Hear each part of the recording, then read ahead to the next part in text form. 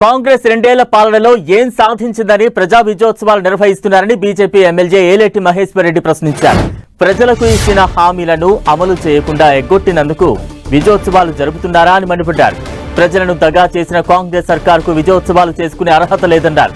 కాంగ్రెస్ ప్రభుత్వానికి దమ్ముంటే హామీల అమలుపై శాఖల వారీగా శ్వేతపత్రం విడుదల చేయాలన్నారు ఏలేటి మహేశ్వర్ రెడ్డి.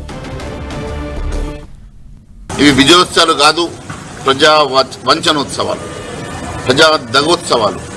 ప్రజల్ని దగా చేసి వంచన చేసినటువంటి ఈ ప్రభుత్వం ఏ ముఖం పెట్టుకొని ఈరోజు విజయోత్సవాలు చేసుకుంటా ఉన్నదో ఒకసారి రేవంత్ రెడ్డి గారు సమాధానం చెప్పాలని కోరుతా ఉన్నాను. దేనికోసం ఈ విజయోత్సవాలు జరుపుకుంటా ఉన్నారు?